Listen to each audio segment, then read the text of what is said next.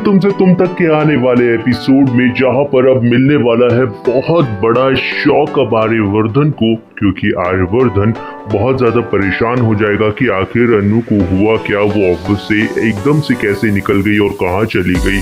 वो फोन का रिस्पॉन्स भी नहीं कर रही थी, इसीलिए वो बहुत ज्यादा टेंशन में आ गया। उसे ऐसा लगा कि शायद उसकी बातों की वजह से वो बहुत ज्यादा परेशान हो गई है और वो टेंशन में आकर चली गई है।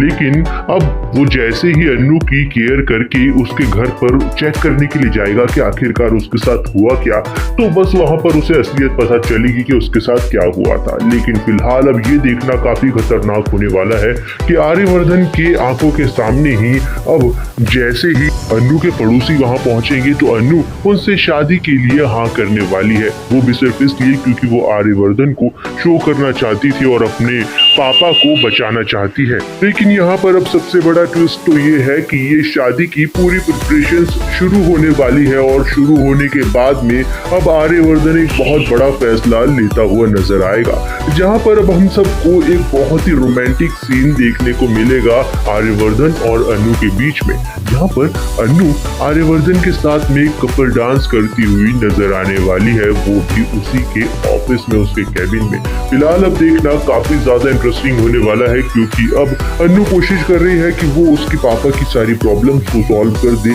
अगर वो विपिन से शादी करेगी तो शायद उसके दुकान भी वापस आ जाए।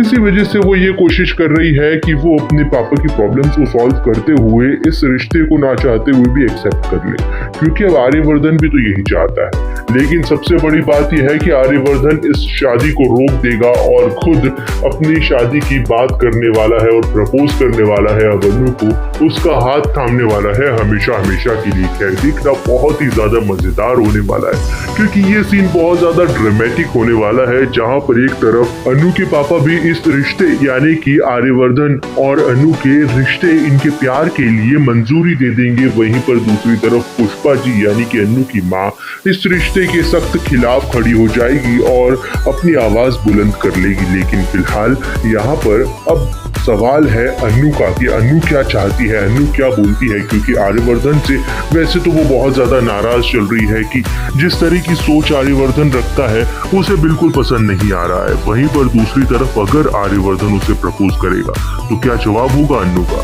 आपको क्या लगता है, अपनी राय कमेंट में जरूर बताइए।